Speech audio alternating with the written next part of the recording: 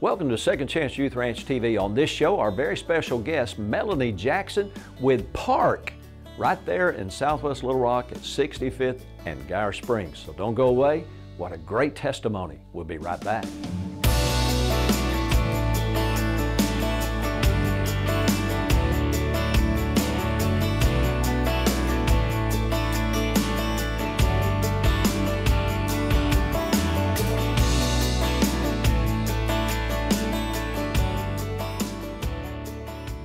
Welcome to Second Chance Youth Ranch TV. I'm your host, Perry Black. On this show, we have a wonderful and special guest and someone that I'm looking forward to getting to know better, Melanie Jackson. Yes, now, thank you. I think, Melanie, there may be some people watching Victory Television Network right now that recognize you. You think that's possible? It's a possibility. I don't know how, but it's a possibility. But you and your husband, Keith Jackson, founded an organization how many years ago? It was founded in 1995. Oh, that's 28 years ago, yeah. Called? PARK stands for Positive Atmosphere Reaches Kids. Yeah. And that's on Geyer Springs Road. Yeah, 6915 Geyer Springs Road. And for anybody that doesn't know where that is, that's on them. Because that's just about a block or less from 65th Street and Geyer Springs. Correct. And I lived on Woodson Court, just a few blocks from Park, and I've been to Park before, and I learned to drive once. That's a little joke.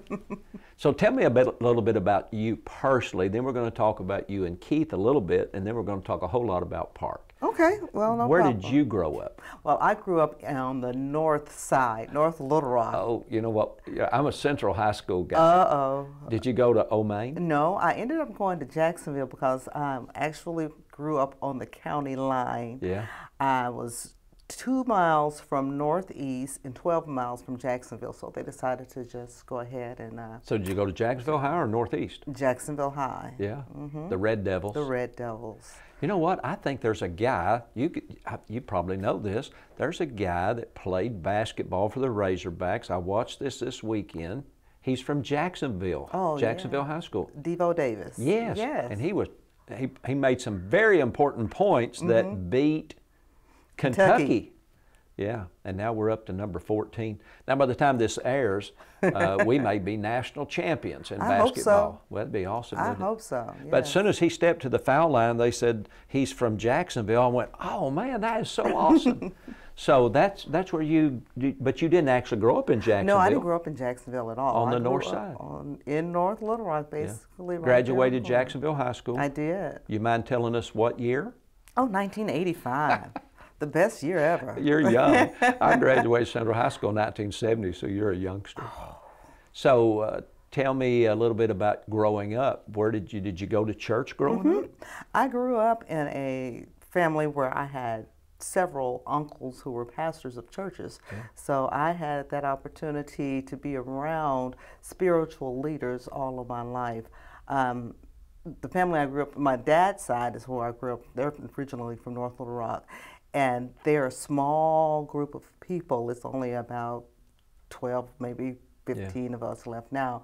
But we grew up tight-knit, and we grew up in the church. And I grew up in King Solomon Baptist Church in North Little Rock.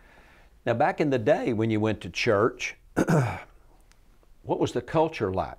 Wasn't church the center of the family back then? Oh, definitely. It was certainly the center of the family. The church was where everybody was. Yeah. And there were no strangers in the church. Everyone knew everyone. Now, I'm a little bit older than you, a whole lot older than you, but when you were growing up, was it all-day church like I've seen growing up? Well, you went to church, then you had the picnic, then you had the singing, then you stayed for church again. Well, we had church, we had Sunday school, we didn't have the picnic, we had Sunday school, we went to a regular church, then we would go home and eat, and then we would be back at 3, and then we'll be back for BTU, and then we had the 7 o'clock service. So yeah, we did a lot of churching. Well, now with Parks, y'all are really major involved in mentoring young people. Yes. So let me go all the way back to your childhood with all those uncles that were preachers. How impactful was that in you? Do you have siblings? Yes, I have a sister. How impactful was that, having uncles who, men of God, Did that impact your life as a young girl? It did. It absolutely did. I had one particular uncle who was always there. All my uncles were there for me, but I had one who was always there for me. And I would just remember one day after he preached, I went up to him and I told him, you know what? I want to join church. He said, you do? He said, why do you want to join church? I said, I just want to join church because I love God. And I don't want to go to hell. That was that fear, you know, one of those, when it fire and brimstone preaching sometimes. And I was like, I don't want to go to hell. He said, well, let me tell you what. When I preach again next week and I open the doors of the church, come on. Yeah. Come on. Well, so it really did impact my life. That Baptist culture, we talked, back in the day, we talked about heaven and hell. Now we just talk about heaven and how sweet God is all the time. But I attended North Main Baptist Church for a very brief period of time when I was a little boy in Jonesboro. And all the folks in Jonesboro know where that is. And Brother Thompson, I think was his name, he would come out of the pulpit every Sunday closing the service. He'd get right down in the front row and he'd talking about hell and things you do to go to hell. And I was qualifying as a kid for several of those things. It's like smoke was rising. But I remember those salvation messages. Yeah. So having uncles, men of God, positive influence. So adults do play a big role in the lives of young people. Now, we have also seen, though, really in a lot of ways, the disintegration of what we call the traditional family. There's a lot of fatherless homes. So parks exist, not really to take the place of dad, but to fill the gap in the heart and the life of a daily activity of a young person, right? Yes. We've got about a minute. Tell me just a little bit, just a brief thing about park, and then we're going to come back and talk more. Okay. Well, we are that after-school program, the after-school ministry, where we try to reach the whole child. Yeah. We want to reach them physically, mentally, and spiritually. Yeah. And so we have that part where the kid comes in. We have mentors, men, women, who give them what they need that they're not necessarily getting at home, that instruction, that guidance, that support. Some of that accountability. Oh yeah, definitely accountability. Yeah, and that's, so we want to come back and talk about reaching the whole child. Yes. For some people that may be a little bit, what do you mean reach the whole child? But we find philosophically, feed them, they will come. But relationships are so important in ministry to young people. And that's right there in Southwest Little Rock, right off of University Avenue and 65th Street. And we want you to know more about Park, and we want to introduce you to the opportunities not only about Park, but how you can be involved in Second Chance Youth Ranch. So we'll take a brief break, be right back. A mission field around you is filled with young hearts needing a forever family. And at Second Chance Youth Ranch, our team is committed to providing healthy, stable, loving homes and families to hurting children in the Arkansas foster care system and those up for adoption. Please contact us if you feel the tug at your heart to help foster or adopt, and find out the steps you could take to help fulfill a child's lifelong dream. Maybe you can't foster or adopt, but you could help. The need for thousands of children in the system is staggering. But with the help of faithful partners and business alliances, we are meeting those needs right now. Would you help us make a difference? Every gift, regardless of size, impacts a child's life directly and helps provide for a home in the gap right now. Visit the Second Chance Youth Ranch website at 2CYR.org to read more, watch the stories, and to make a contribution for a hurting child's care. Monthly partners are needed, so please contact us right away.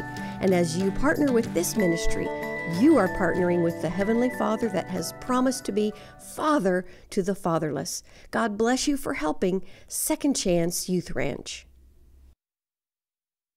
Hey, welcome back to Second Chance Youth Ranch TV.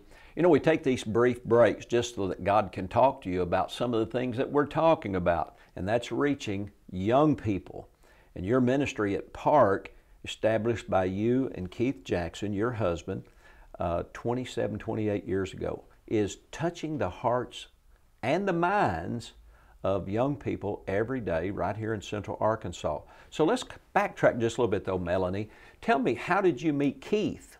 Because he is a Parkview guy, right? He is. Yeah. He is one See, of those Parkview patriots. started, my senior year at Central High School in 1969 was Parkview's first year. And so I go way back even pre-Keith. So how did you meet him?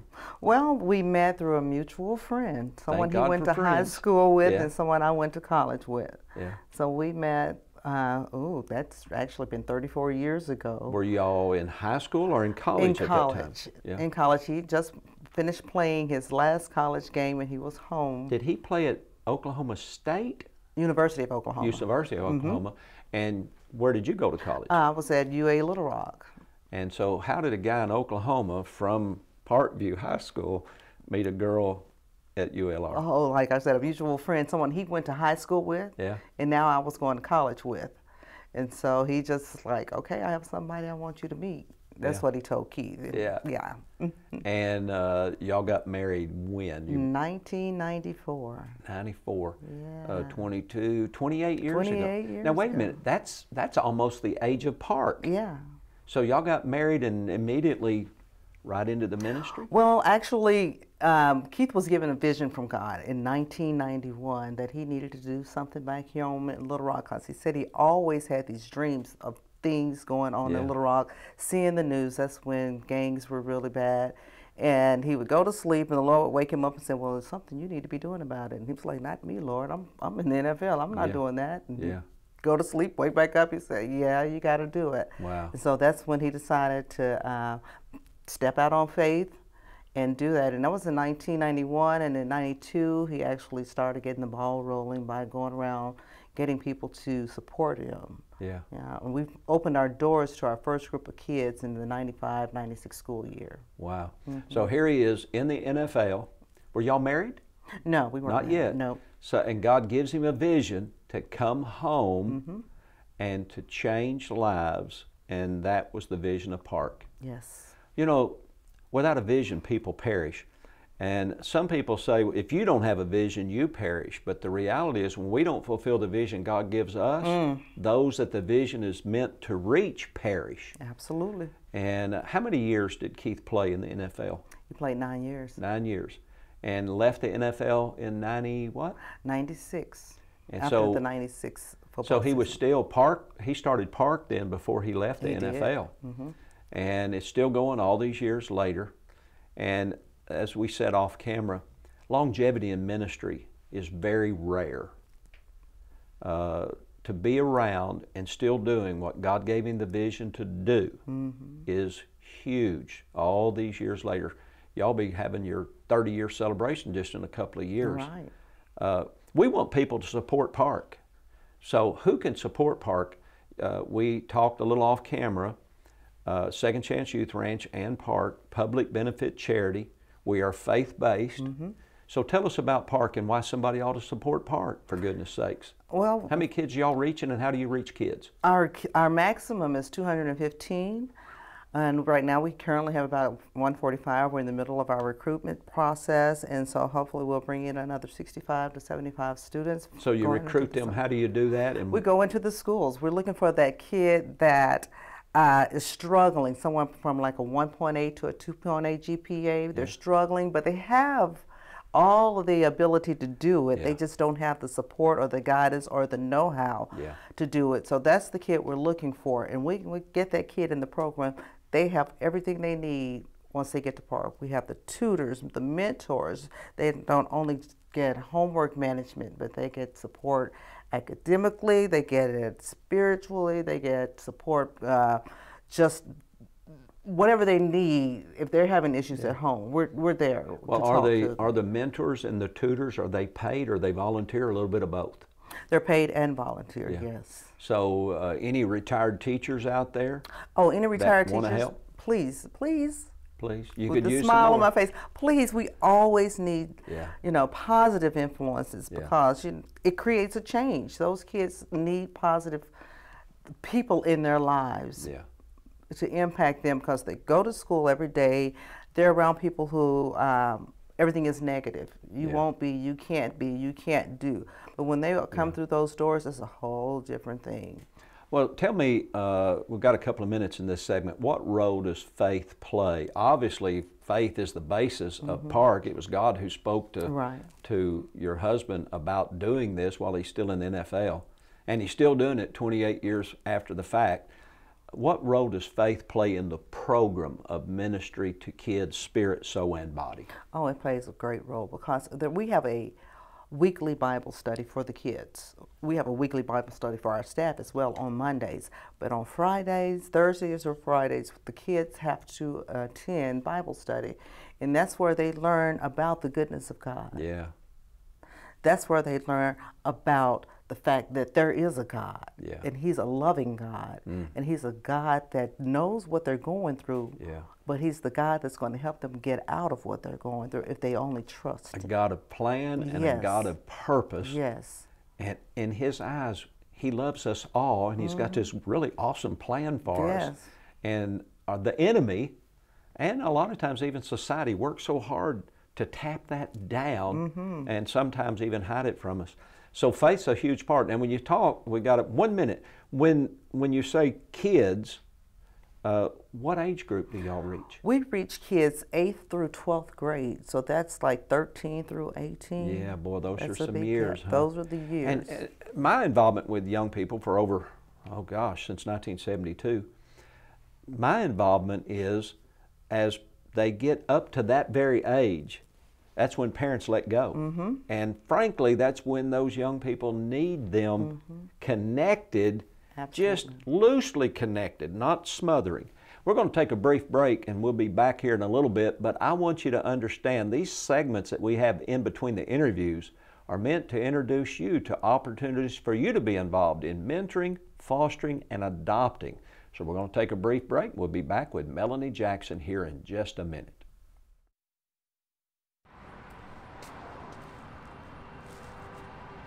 I am 17 and my name is Destiny. I'm really into horses. I love being out in the country, outside. I like a family that understands me and that will support me with whatever I decide. I love taking care of little kids because they inspire me of when I used to be a little kid. I want to be a nurse and I want to have a nice house. I want to support people out there that doesn't have what they need in life.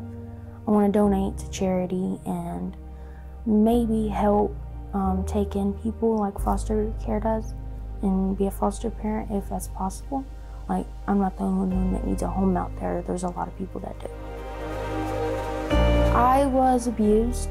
I was took advantage of. And I was not in school very often because I was either at home or my parents had went to jail.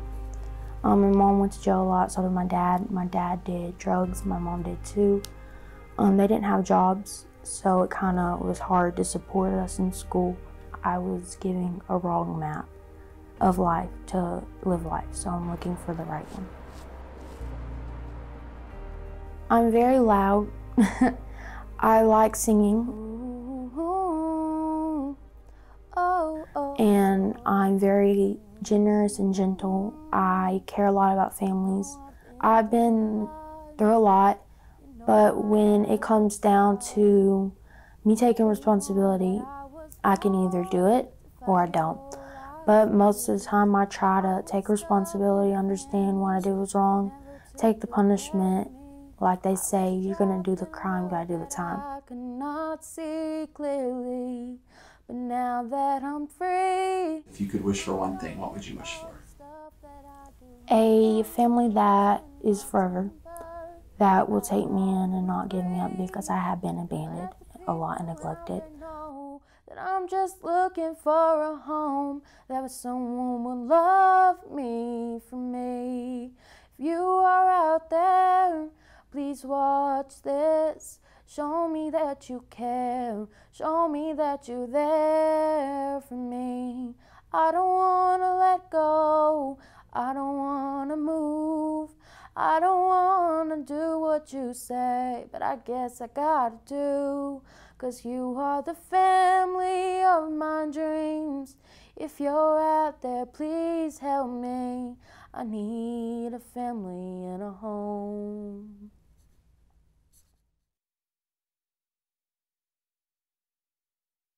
Hey, welcome back to Second Chance Youth Ranch TV. If you're just joining us, our special guest is Melanie Jackson. Some of you may know Melanie from Agape Church or from the community Parks Ministry there in Southwest Little Rock on Geyer Springs Road. And she's married to Keith Jackson, or should I say he's married to you? That's better. Yeah, because you're really the hub of the wheel that makes the thing go round. You know, somebody said something about my husband is the head of the family, and the wife said, "Yeah, but I'm the neck." And so you're definitely that. So Melanie, tell us and tell our viewers, the ministry of Park is 8th grade through 12th grade. Y'all literally go into the schools, recruit young people to come to be mentored. You focus on that student who has great potential, but like maybe me, they're running that 1.8, that 2 point something, and they just need someone to really engage them and help keep them focused. But it's not all about just sitting down and hitting the books. Oh, no. Y'all got all kinds of athletic stuff going out there at Parks. Oh, no, absolutely. Education is key, first of all. You have to get your work done. They know when they come in the program, we circle up. We have this thing called Circle Up where we grab hands, we do the Lord's Prayer, we do the Pledge of Allegiance. Then we break into our groups so they can get their hour of study time. Once they complete that, then they have a free-for-all. We have a gym that has 3 basketball courts, Maybelline, well, it's not Maybelline anymore, but L'Oreal Women's Center where the girls can go in there, do their hair, and do all kinds of things. We have a movie theater. We have an game room with all the latest games and all technology. free to the kids. All free. The entire program is free. They just have to sign up and commit. 5-year commitment. Would it be fair to say commit to being a scholar or commit to being the best you can be? Commit to being the best you can be with the hope that you become that scholar. Y'all have done this now almost 28 years. Tell me some of the success stories. I want our viewers to know what's the success, because there's a lot of people, even in the Christian community, that believe all hope is lost. Our kids are all going to hell. Oh, and that is not true, is it? It is not. It is not.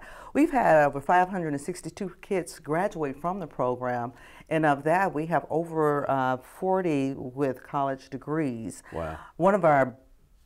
We have plenty of stories to tell, but one of our stories, I have a young man named Marquise McFerguson. Marquise came in the program with a 1.7. Marquise didn't want to do anything. He called himself a little gangbanger, drug dealer. He just decided he wasn't doing anything. Well, once he got in the program and realized that there were people there who really cared for him, there were young men, young black men there doing things. They were in college. They were going to get their pharmacy degrees, doing all kind of things. And they told him, you know, this is not what you want to do. That's the life you don't want to live. So he changed his mind. He got a little better, and he finally, I think he said in the 9th grade, he decided, I can do better than this. I can do better than this. I'm going to get my grades up, which he did. He graduated with like a 3.5 from high school. Wow. But then he went on to college at Ouachita Baptist, got his degree there, went on to UALR or UA Little Rock and got his master's, and he said, I'm not finished. I'm not finished because of Park. You all pushed me and encouraged me. Wow. I'm going to get my doctorate. And so now he's Dr. We call him Chicken, Marquise McFerguson, and he's a professor down in Florida at one of the universities, What a way to go. From 1.7 to Dr. McFerguson. Yeah, and Florida. And Florida, very nice, warm way place. to go. And so what kind of doctor is he? He's a doctor of educational studies, I It's like a believe. professor? He's then? a professor, yes. That is amazing. You're talking about He's a completing the circle. That is phenomenal. Yes. So It is. you've got out of the hundreds, well, I guess over 28 years, the thousands of young people that you've impacted. You know, and I think a lot of times it's easy to get frustrated when you don't see the immediate success. But when you stay in ministry long enough, you get to actually stand back and say, you know what, I didn't make as big an impact as I wanted to in every life, but I think when we get to heaven, I really believe we're going to find out there's a whole lot more doctors and doctor stories that we didn't even realize. Absolutely. You know, I had a teacher at Little Rock Central High School, Martin Swint. He was my algebra teacher. He's the only teacher I ever went back to school to see, because I didn't even like school. But I really like Martin Swint, and I don't to this day know what it was about him that tapped into my heart and my brain and took me from a D algebra student to a straight A, 98 to 99 or 100 on every test in his class. Wow. There was a connection. And people don't care how much you know till they know how much you care. The format of Park is we care enough to recruit you and I guess select you to participate, and then we care enough to invest. What's it cost each child to come to Park? Nothing? Oh, nothing. Absolutely Except free. a little brain power. Dedication. Effort. Yeah. We need you to be dedicated when you come in there. So where do you get your support? We got a minute left. We get our support from our foundations, corporations, individuals. We have never received government funding. Yeah.